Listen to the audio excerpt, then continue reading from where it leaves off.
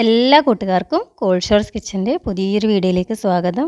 ഒത്തിരി ഹെൽത്തിയും അതുപോലെ വളരെ പെട്ടെന്ന് തയ്യാറാക്കി എടുക്കാൻ പറ്റിയിട്ടുള്ളൊരു അടിപൊളി സ്നാക്കിൻ്റെ റെസിപ്പി ആയിട്ടാണ് ഇന്നത്തെ വീഡിയോ. അപ്പം നിങ്ങൾ തമ്പനയിൽ കണ്ട പോലെ നേന്ത്രപ്പഴം വെച്ചിട്ടാണ് ഈ ഒരു സ്നാക്ക് തയ്യാറാക്കിയിട്ടുള്ളത്. അതും നമ്മുടെ വീടുകളിലൊക്കെ നേന്ത്രപ്പഴം ഒരുപാട് അങ്ങ് പഴുത്ത് പോയാൽ ഓവറായിട്ട് കറുത്ത് പോയാലൊക്കെ കുട്ടികൾക്കും നമുക്കൊക്കെ കഴിക്കാൻ മടിയാവും. അപ്പോൾ ചില ആളുകൾക്ക് ഇത് വേസ്റ്റാക്കി കളയാൻ ബുദ്ധിമുട്ടാവും.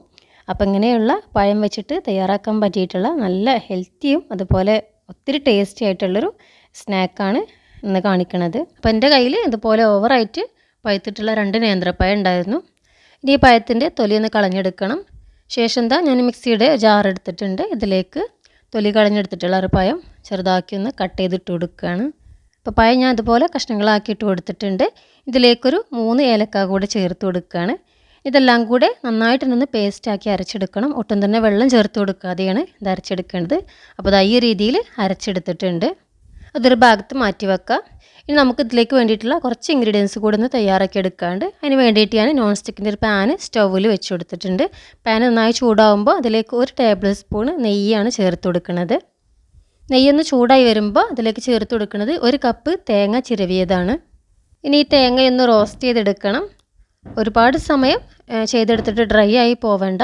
ഏകദേശം 1-2 മിനിറ്റ് നേരത്തേക്കൊന്ന് റോസ്റ്റ് ചെയ്തെടുത്താൽ മതി. ഇതിപ്പോൾ ചെറുതായിട്ടൊന്ന് റോസ്റ്റായി വന്നിട്ടുണ്ട്. ഈ ഒരു സമയം ഇതിലേക്ക് ചേർത്ത് കൊടുക്കുന്നത് 1/4 കപ്പ് ശർക്കര പൊടിച്ചതാണ്. ഇനി മധുരം കൂടുതൽ വേണമെന്നുണ്ടെങ്കിൽ ശർക്കരയുടെ അളവ് ഒന്ന് കൂട്ടിക്കൊടുത്താൽ മതി. ഞാനിപ്പോൾ ഈ ഒരു ക്വാണ്ടിറ്റിയെ ചേർത്ത് കൊടുക്കുന്നുള്ളൂ. കാരണം നേന്ത്രപ്പഴത്തിൻ്റെ ഒരു മധുരം കൂടെ ഉണ്ടാകുമ്പോൾ അത്യാവശ്യം നല്ല മധുരം തന്നെ ഈ ഒരു സ്നാക്കിന് ഉണ്ടാവും.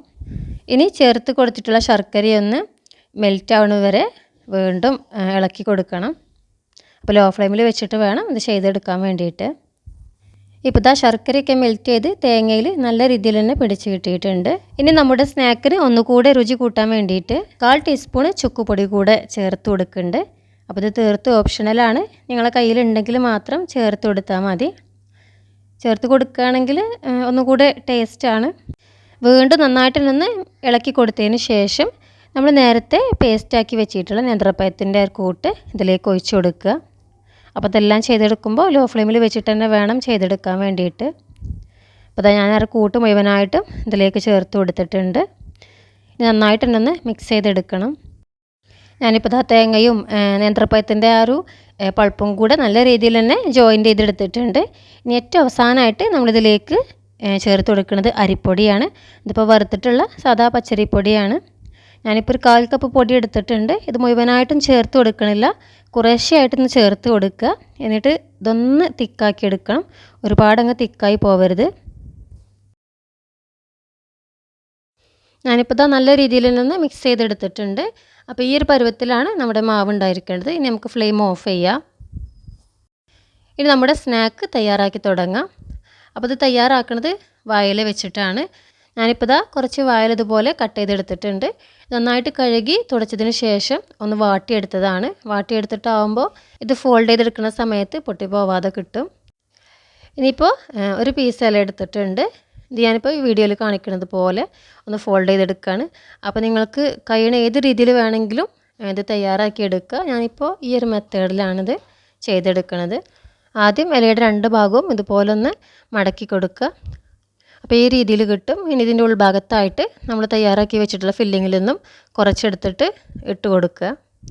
ഫില്ലിങ് ഒരുപാടങ്ങ് വേണ്ട, ഏകദേശം 1 ടേബിൾ സ്പൂണോളം മതി. ഇനിയിപ്പോൾ വീഡിയോയിൽ കാണിക്കുന്നത് പോലെ ഈ രീതിയിലൊന്ന് ഫോൾഡ് ചെയ്തെടുക്കുകയാണ്. ശേഷം ഇതിൻ്റെ ആ 2 ഭാഗവും ഇതുപോലെ ഒന്ന് മടക്കി കൊടുക്കുക.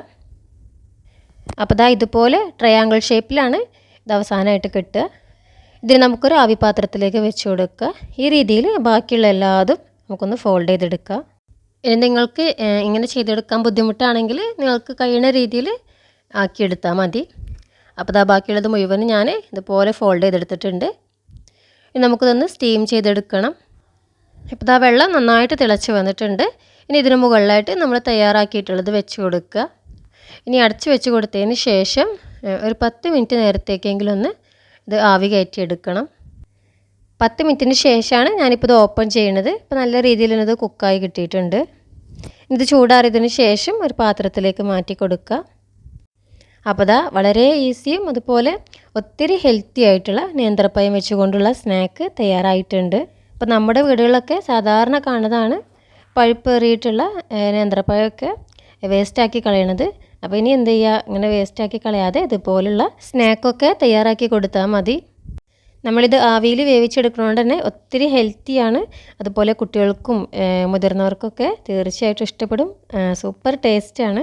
അപ്പോൾ ഈ ഒരു വീഡിയോ കണ്ട് ഇഷ്ടമായാൽ തീർച്ചയായിട്ടും എല്ലാവരും ഒന്ന് ട്രൈ ചെയ്ത് നോക്കുക. എന്നിട്ട് നിങ്ങളുടെ അഭിപ്രായങ്ങൾ കമൻറ്റ് ബോക്സിൽ അറിയിക്കാൻ മറക്കരുത്. അതുപോലെ നിങ്ങളുടെ ഫ്രണ്ട്സിനും ഫാമിലിക്കൊക്കെ ഒന്ന് ഷെയർ ചെയ്ത് കൊടുക്കുക. ഇനി മറ്റൊരു റെസിപ്പിയുമായി വീണ്ടും കാണാം.